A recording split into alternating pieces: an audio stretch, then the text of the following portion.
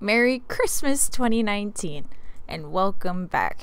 To get into the festive season a little bit more, I decided to do a Christmas themed ribbon pour.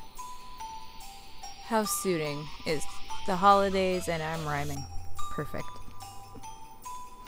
All the paints I use and how I mix them will be in the description below. I'll be back at the end to chat some more.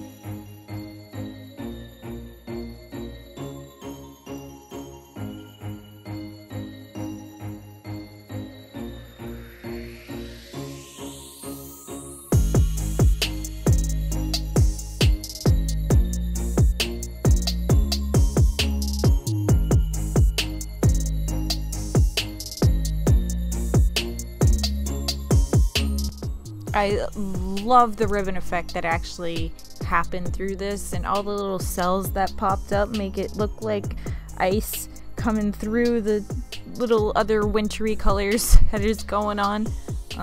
Let me know what you think in the comments below. Make sure you like this video if you like this video, share to spread the festive love, and subscribe if you haven't already. Merry Christmas and a Happy New Year 2020.